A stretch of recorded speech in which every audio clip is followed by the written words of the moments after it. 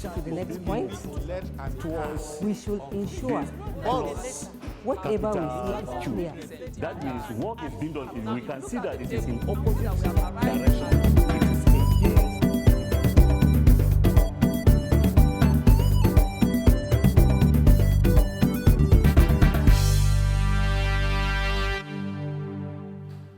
Chers apprenants, je suis tellement content de vous souhaiter bienvenue à cet apprentissage électronique organisé par le ministre de l'Éducation de l'État de Kaduna. Comme d'habitude, je suis là pour vous enseigner la langue française. Et j'étais, je suis et je serai toujours M. Wole Agbolouadji. Et le sujet que nous allons discuter aujourd'hui est les accents et leur usage en français. Les accents et leur usage en français. Et ça fait partie des matières du SS1.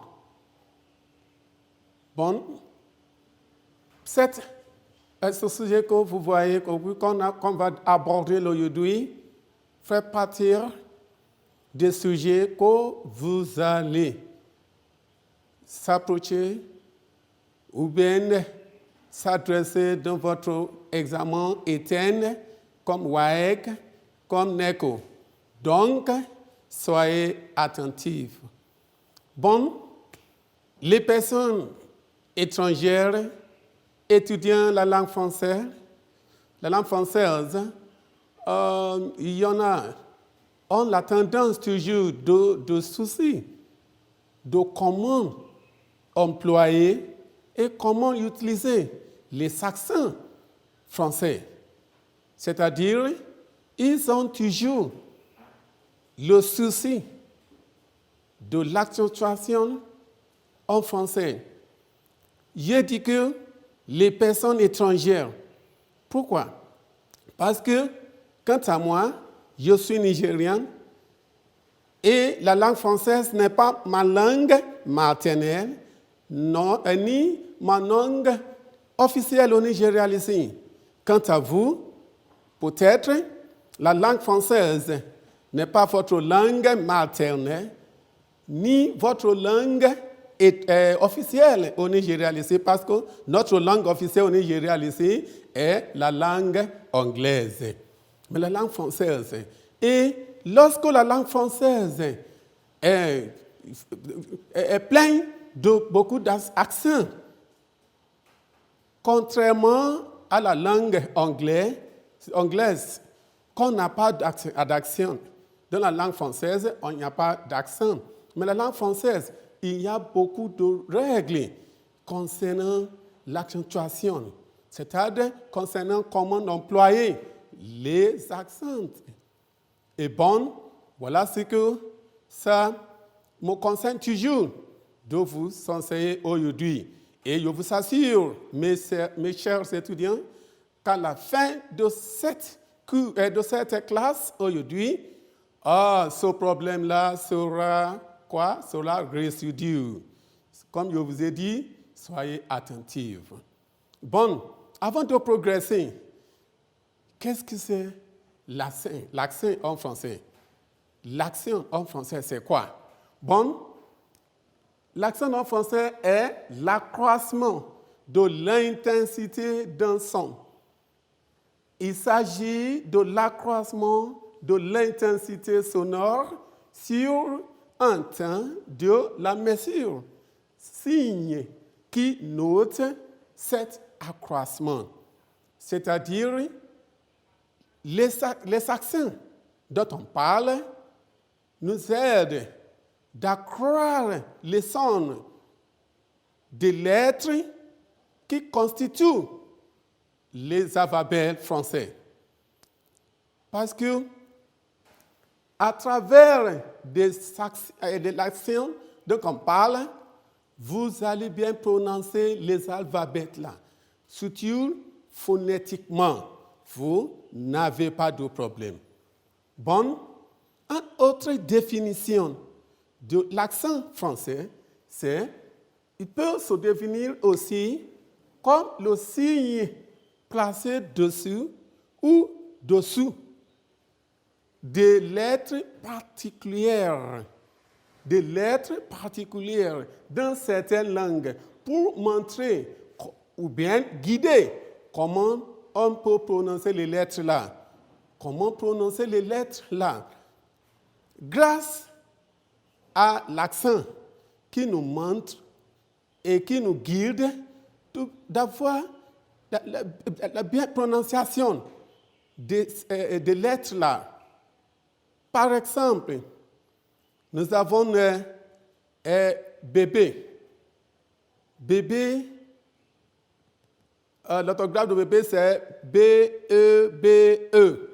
Sans l'accent, on peut dire bébé. On peut dire bébé. On peut dire bébé. Et c'est une grande erreur. Mais grâce à l'accent aigu sur E, on dit bébé. Et ça, c'est la prononciation correcte du mot là. But what we have been saying, dear students, is that today what we are going to discuss is what we call accent in French language. Because French language is a type of language that makes use of accents, which helps us to have a correct pronunciation of the alphabets that we have in French language. Though in English language, there is nothing like accents, but that is part of the difference, that part of the differences between English language and French language. And that is why I told you that whenever we are in a French class, let's forget about English language. French language is French language on our own. Then we are going to treat the accents. And as I told you that if you are learning French language as your foreign language, or as a foreign language to you, not your mother tongue, not your official language, because if you are a Nigerian, it is not your mother tongue, it is not your official language.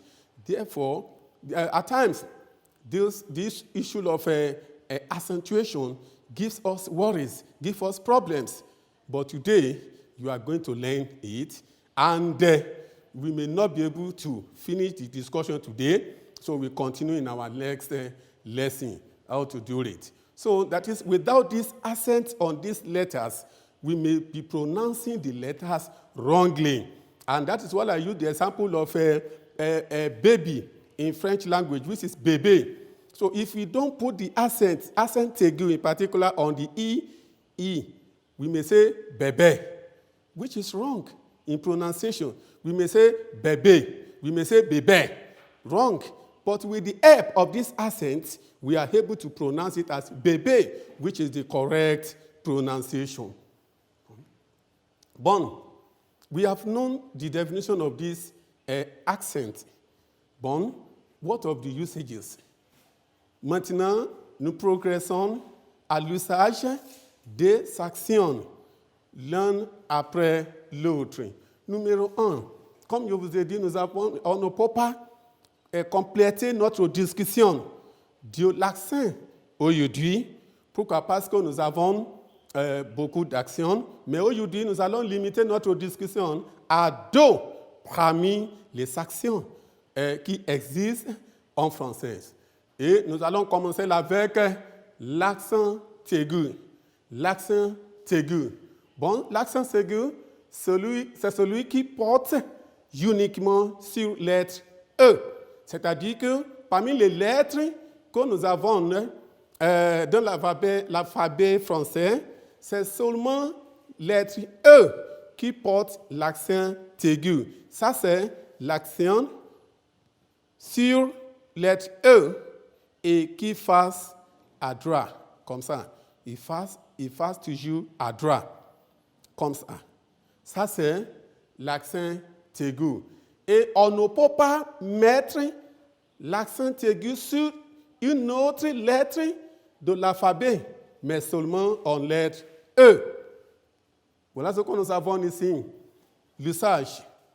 On utilise un accent aigu lorsque la voyelle E est la première lettre du mot. C'est-à-dire,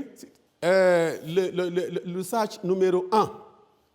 Comment est-ce qu'on peut utiliser ou bien mettre l'accent aigu?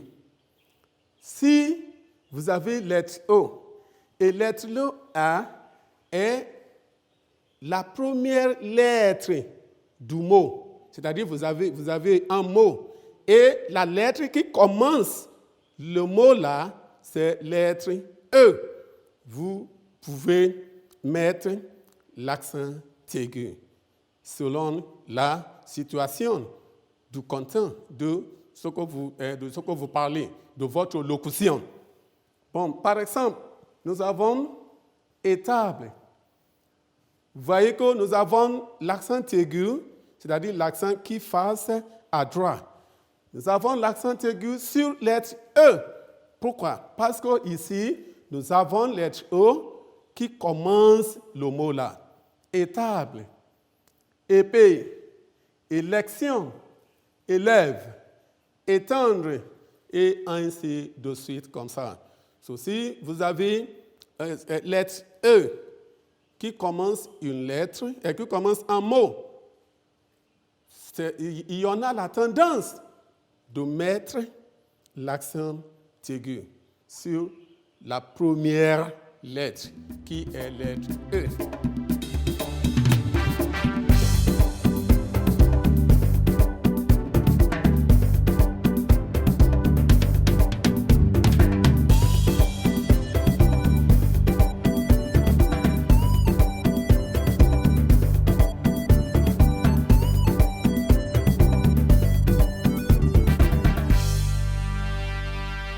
L'usage numéro 2. L'usage numéro 2. On utilise un accent aigu lorsque la lettre est la dernière lettre du mot ou du passé composé des verbes, c'est-à-dire les verbes au premier groupe. C'est-à-dire, si vous avez il y en a certains mots qui se terminent en lettre E, il y en a la tendance de mettre l'accent aigu sur lettre E là, qui termine les mots là. Et aussi, les passés composés, la forme du passé composé des verbes au premier groupe peut aussi porter l'accent aigu. C'est-à-dire les verbes qui se terminent en ER. Vous voyez que si vous transformez une sorte de verbe à la forme passée, vous allez ôter lettre R. Et qu'est-ce que vous allez faire? Il reste lettre E et vous allez mettre l'accent aigu sur lettre E là, pour nous montrer que le verbe là est maintenant à la forme du passé composé. Bon, nous avons des exemples ici. Nous avons un canapé, un abonné, écoulé, subordonné, une clé, un bébé. Ce sont des mots qui se terminent en lettre E et à la condition grammaticale des mots là, ils portent les accents aigus. Maintenant, voyons des exemples de verbes là, des verbes au premier groupe qui sont en forme passée composée. C'est obligatoire pour eux de porter l'accent aigu. Voilà pourquoi nous avons parlé. Qui termine l'orthographe porte accent aigu. Donner, écouter, bavarder, et ainsi de suite comme ça. Bon, dear students, what we are saying as we continue in the lesson is that with the uses of these accents, we are starting from the first one, that is accent aigu. So we said that one. How do we use it? If you have letter E that commences a word in French language, there is tendency of putting l'accent aigu on that particular word because it starts with letter E, and so we have seen the examples like a table, like a élection, like a table, et ainsi comme ça. Then we now say that numéro 2, that is the example number 2. Okay. We now say that usage number 2 now is when you have letter E that ends a word as well. There is tendency that that E will bear accent aigu on their on them, and we said that passé composé of all the verbs in first group. When you change them to passé composé, the last letter E must bear this accent aigu. You put accent aigu on it because you are changing the verbs to passé composé. Donc, l'usage numéro 3, on utilise un accent aigu lorsque la lettre E est placée entre deux consonnes. Entre deux consonnes, si vous avez consonne, et après, vous avez consonne aussi. Vous avez deux consonnes. Et au milieu, les deux consonnes, nous avons les voyelles E. Vous êtes obligé de faire quoi? De mettre accent aigu sur lettre E là. So, ça, c'est une autre condition grammaticale par laquelle on met l'accent aigu sur lettre E. Voyons des exemples ici. Nous avons mélange. Mélange. Lettre E, c'est au milieu de consonne M et consonne L. Mélange. Mélodie. Nous avons aussi les lettres E entre consonne M et consonne L. Et aussi nous avons événement. Nous avons événement. Nous avons lettre E entre consonne V et consonne N. Voilà pourquoi on met l'accent aigu sur lettre E là. Et ainsi de suite comme ça. La deuxième accent qu'on va discuter aujourd'hui, c'est l'accent grave. L'accent grave. Et l'usage numéro 1. On met un accent grave pour les mots se terminant par un S, lorsque celui-ci n'est pas la marque du pluriel. C'est-à-dire, si vous avez un mot et le mot se termine par S, et S là n'indique pas le pluriel. C'est-à-dire, ce n'est pas la marque du pluriel, mais elle est là comme une partie de l'orthographe du mot là. Bon, vous allez mettre l'accent grave sur lettre E qui précède le S là. Par exemple, nous avons décès, congrès, après, progrès, prêt, succès, et ainsi de suite comme ça. Nous avons l'accent grave sur E qui précède S. Parce que l'S là n'indique pas le pluriel. Il fait partie de l'orthographe du mot décès.